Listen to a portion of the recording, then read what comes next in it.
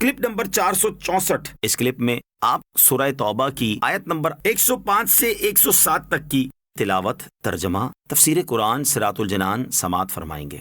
بسم اللہ الرحمن الرحیم۔ ترجمہ، اللہ کے نام سے شروع جو نہایت مہربان رحمت والا ہے۔ وَقُلِ اعْمَلُوا فَسَيَرَى اللَّهُ عَمَلَكُمْ وَرَسُولُهُ وَالْمُؤْمِنُونَ وَسَتُرَدُّونَ إِلَى عَالِمِ الْغَيْبِ وَالشَّهَادَةِ فَيُنَبِّئُكُم بِمَا كُنتُمْ تَعْمَلُونَ۔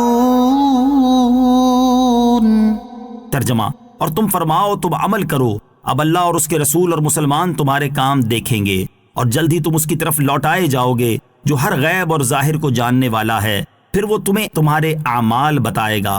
وَقُلِ اعْمَلُوا، تم عمل کرو۔ اس آیت میں اطاعت گزاروں کو عظیم ترغیب اور گناہ گاروں کو بڑی ترہیب دی گئی ہے۔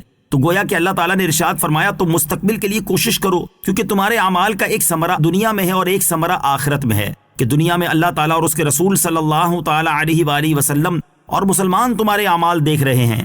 اگر تم اللہ اور اس کے حبیب علیہ الصلوۃ والسلام کی اطاعت کرو گے تو دنیا میں تمہاری بڑی تعریف ہوگی اور دنیا اور آخرت میں تمہیں عظیم اجر ملے گا، اور اگر تم اللہ تعالیٰ اور اس کے حبیب علیہ الصلوۃ والسلام کی نافرمانی کرو گے تو دنیا میں تمہاری مذمت ہوگی اور آخرت میں تمہیں شدید عذاب ہوگا۔ وَسَتُرَدُّونَ،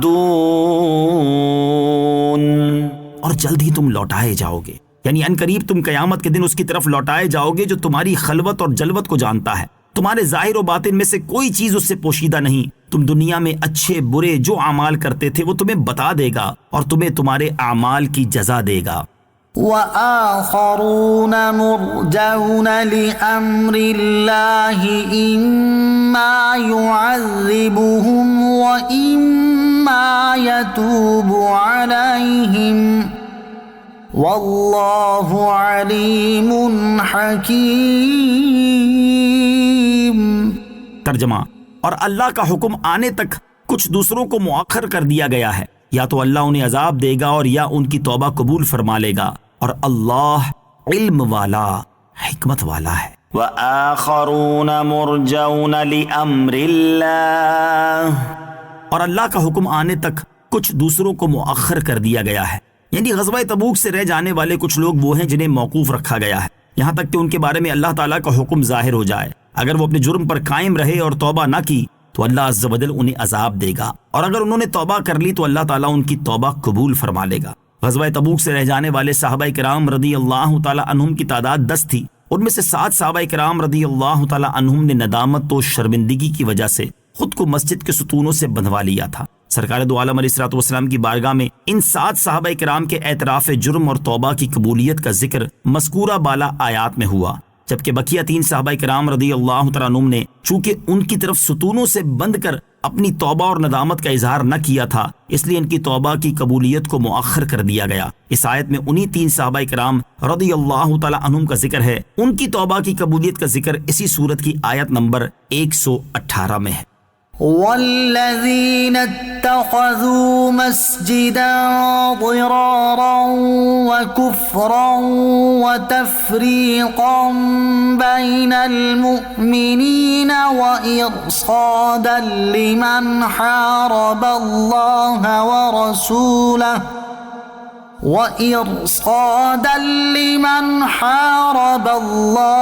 وَرَسُولَهُ مِنْ قَبْلُ وَلَيَحْلِفُنَّ إِنْ أَرَدْنَا إِلَّا الْحُسْنَى وَاللَّهُ يَشْهَدُ إِنَّهُمْ لَكَاذِبُونَ۔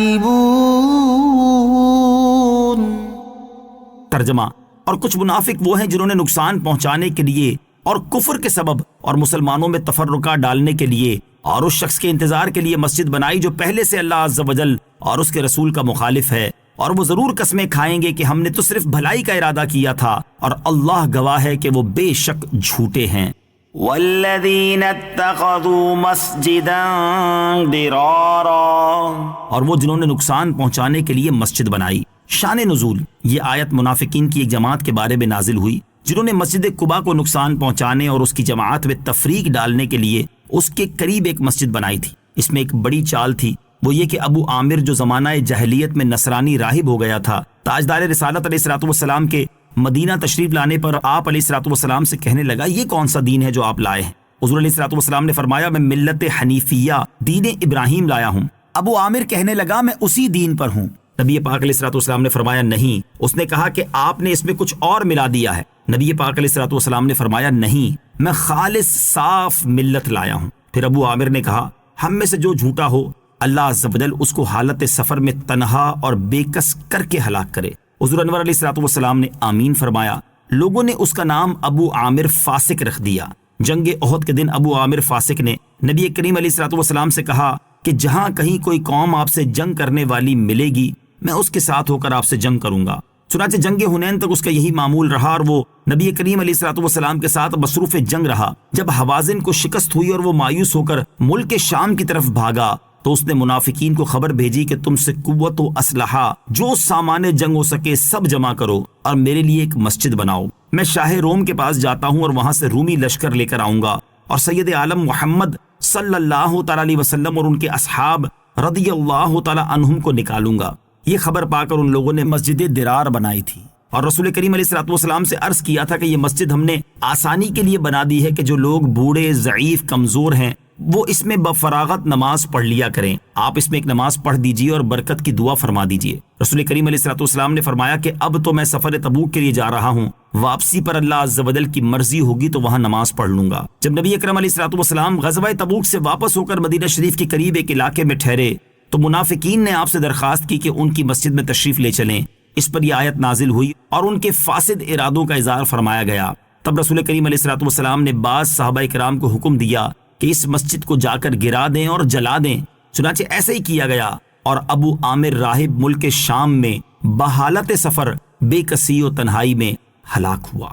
مسجد کے نام پر بھی مسلمانوں کو نقصان پہنچایا جا سکتا ہے۔ اس سے معلوم ہوا کہ مسجد کے نام پر بھی مسلمانوں کو نقصان پہنچایا جا سکتا اور اللہ عز و جل اور اس کے رسول علیہ الصلوۃ والسلام سے دشمنی کی جا سکتی ہے۔ لہٰذا ایسی مسجدوں سے بھی دور رہا جائے جہاں اللہ تعالیٰ کے رسول صلی اللہ تعالیٰ علیہ وسلم کے نقص نکالنے کی کوشش کی جاتی ہے اور جہاں مسلمانوں کو باطل تعلیم دے کر لڑایا جاتا ہے۔ آج بھی جو مسجد دین میں فساد اور مسلمانوں میں تفریق ڈالنے کے لیے جو بنائی جائے وہ مسجد درار ہے۔ نیز یہ بھی معلوم ہوا کہ مسلمانوں میں تفریق ڈالنے کی کوشش کرنا منافقین کا طریقہ ہے۔